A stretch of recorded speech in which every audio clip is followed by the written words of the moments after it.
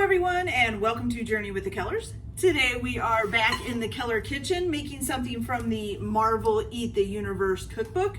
Today we are making Runaways. I'm going to butcher this name just so you know.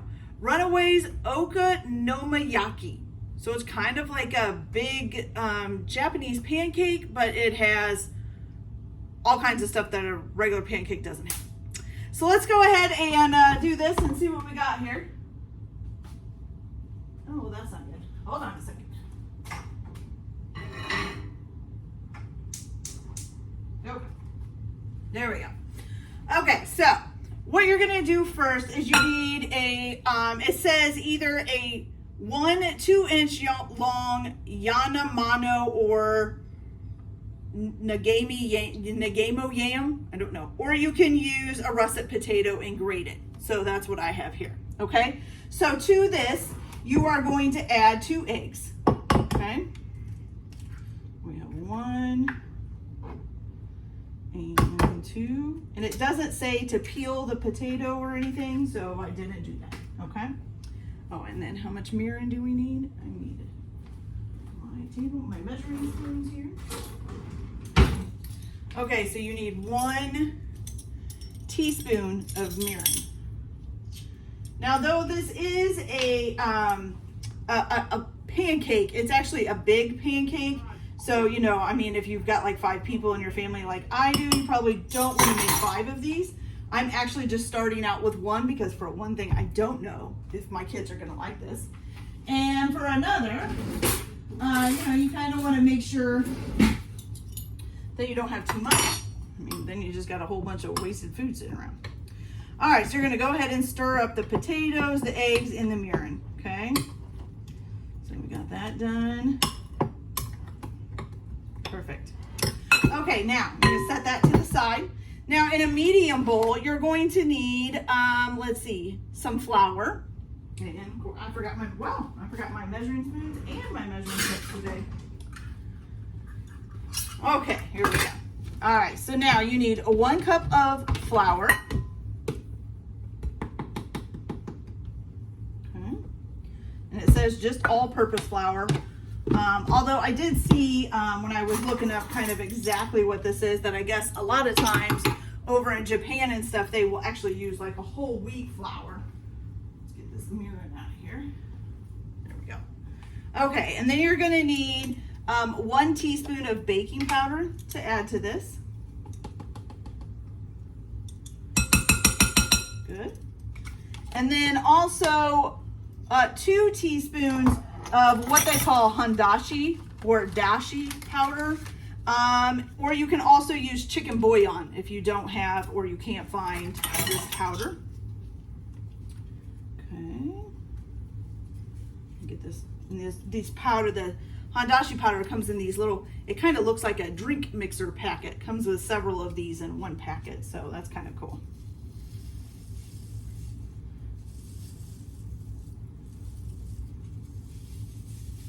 Okay, so you got 1. It's about 2 teaspoons in one packet. There we go. So 2 teaspoons of that, okay? Anything else in this? No. Okay, so you're gonna mix that together. Good. Okay, now you're gonna need about 1 pound of kale. And you're gonna need to de-rib it, which means basically pull the leaves off the big stem. And then you're going to take the leaves and kind of rip them up into smaller pieces, which I've kind of already done. Found a few that aren't quite yet, so yeah. So just tear them up into smaller pieces and you got a good sized bowl of kale. Okay, so what you're gonna do with this first is you're gonna add some lemon juice to this. It says half of a juiced lemon. So I'm just gonna kind of guess on that. Kind of pour it over top of here. It's not too much, okay? And then what you're gonna do is you're gonna mix this up, but you're also gonna kind of rub it into the kale until all of it is full of lemon.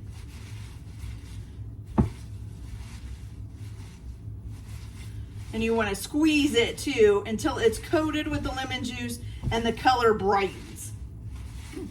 It does kind of brighten there. Look at that. Getting nice and green. Oh, there's a piece that didn't get ripped up. Whoops. Okay, let's get that lemon juice all over there.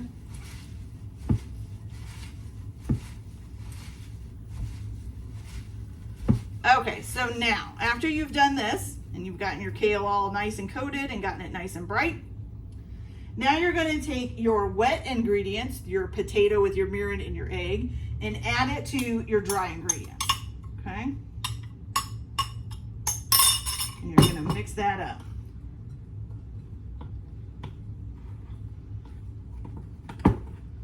This is kind of like making the pancake batter here.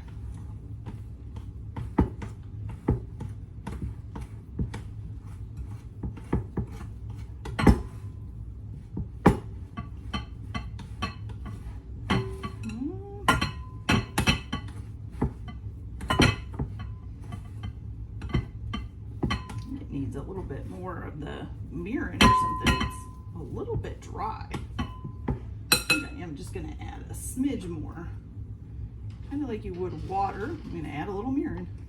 And actually, oh, and you know what? That's why it's dry, because we were supposed to have half a cup of water added to this. So my fault. So let's do that now. I wondered why it felt so dry. Now I know. Okay, so we'll put that half a cup of water in there and then continue mixing this up. That's better.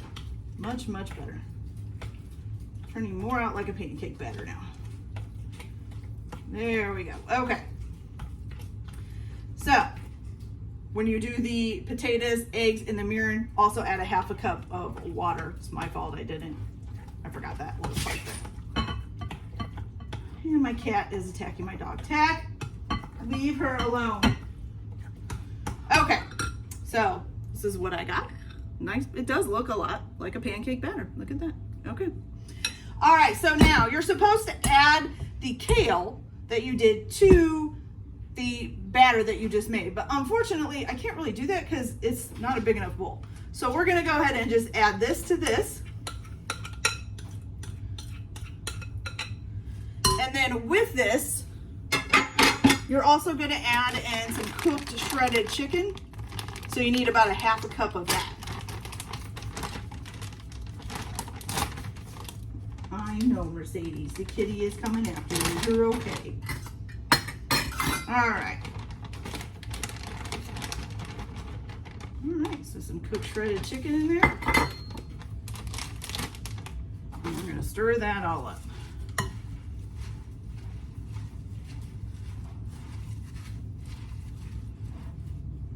think this is gonna take a little more power than a spoon.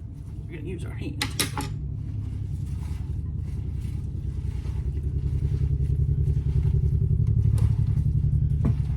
A lot of kale, you guys. It's a lot of kale.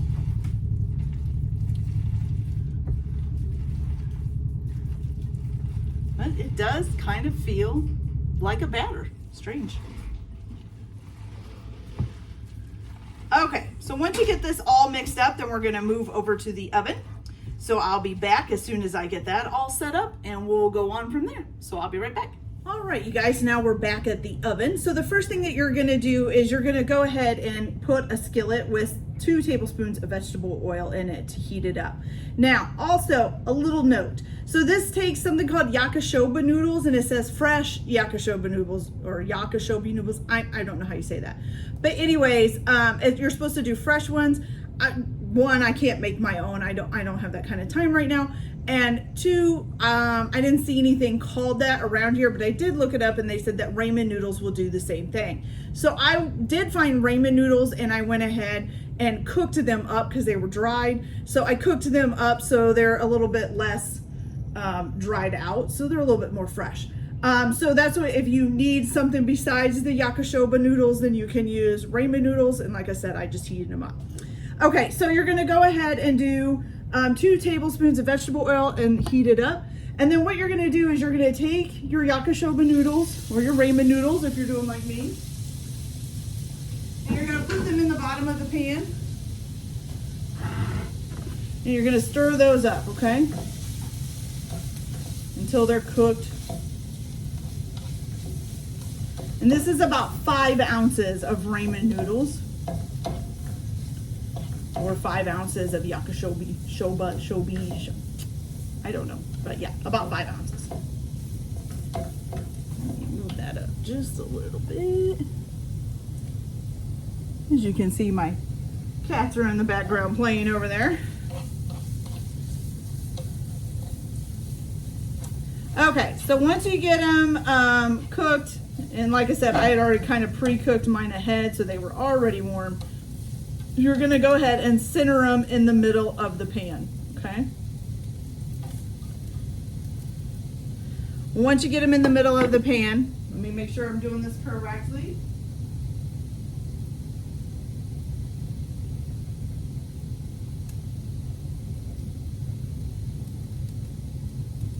Okay, yeah. So, and does say if some of the noodles stick to the bottom of the pan, that's fine. Don't worry about it. All right, so now you're gonna go ahead and pour this batter that you made. I'm gonna call it the kale batter, or the kale and chicken batter, I guess, over top of the noodles. Now, I still think that was too much kale, and it told me about a pound. But, I mean, it just seems more like just a kale thing to me. Okay, so you're gonna let that sit undisturbed for about, does it say 4 to 5 minutes? Yes. So you're gonna let it sit undisturbed for about 4 to 5 minutes before you try to flip it. Now, it does caution you that when you go to flip it, to use the biggest spatula you have. I don't really have a super big spatula, I don't think. I'll kind of look around, maybe I'll see some. But like I said, I think this has too much kale in it. I think it's supposed to be more of a batter than it is just kind of all kale. So I'm not sure if this is going to turn out right or not, but we'll try it and we'll see what happens. So we'll be back in a little bit as soon as it's time to flip it and see how it goes. Be right back. All right, you guys, so it's been about 5 minutes. This is the biggest spatula I could find. Now it says to be quick about this because if you're not, it'll cost you. So 1, 2, 3. Oh yeah, nope. Okay. Hold on a second.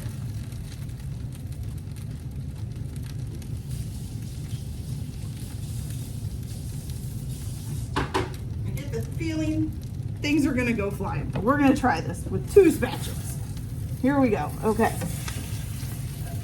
And I also did forget to mention with the noodles you needed to add, and I'll have to look up. Aha! I got it.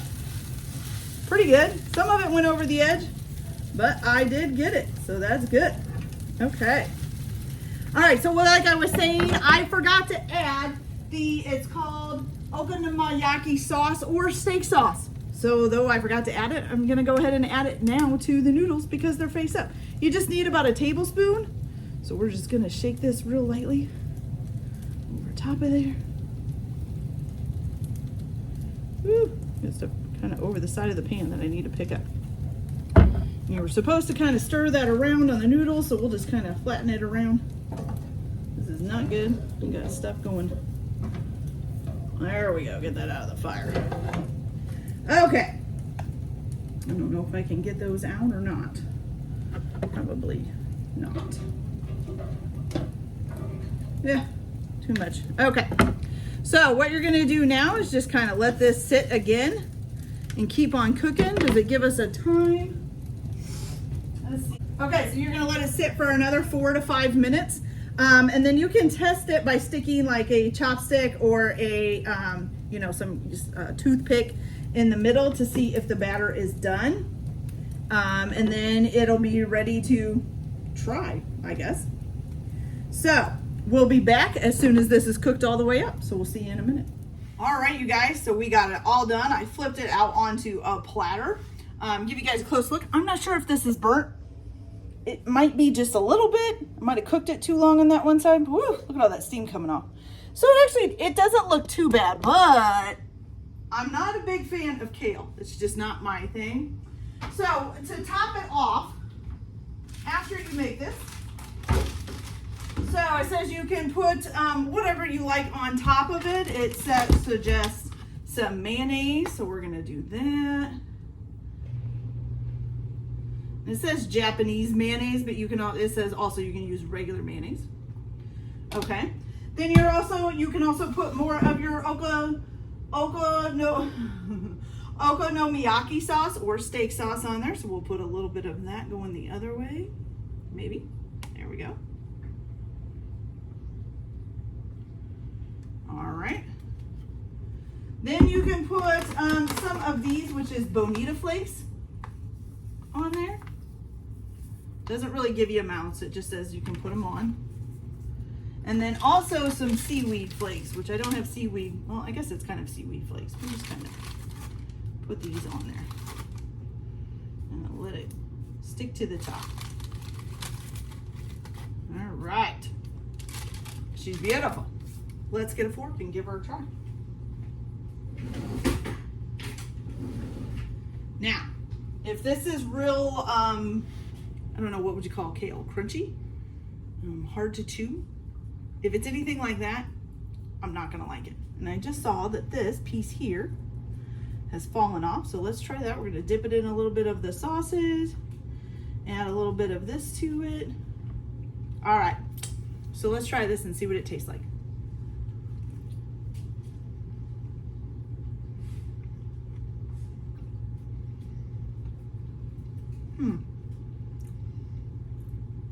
It's definitely different. I can't say I don't like it, but I can't say that I'm in love with it. It's just kind of, I don't know. It's good, but it's not like the best thing I've ever had or anywhere close to the best thing I've ever had. I will tell you though that over in Japan, this is considered like a social dish. So a lot of times, you know, people will go out on dates and get this and share it, or friends will go out and share it. It's considered something you would do socially in order to have something to share together. And it does work for that. It makes a nice size pancake. And so, you know, I would say, I would give this, if I had to score it on a level of 1 to 10, I would give it about a 5 or a 6. It's about midway between totally delicious and god awful. So, you know, it's not too bad for me. Now, if you're a big fan of kale, or maybe you're from Japan, or maybe you've loved Japan dishes, then hey, this is right up your alley. But for me, not quite. But I can still eat it. It's good. All right, you guys, so that's it for today. I hope you guys enjoyed the video. I learned a new dish that I had never heard about, so that's pretty awesome. Like and subscribe if you'd like, or don't if you don't want to. Everybody have a good day. Happy cooking, and we'll see you later. Bye.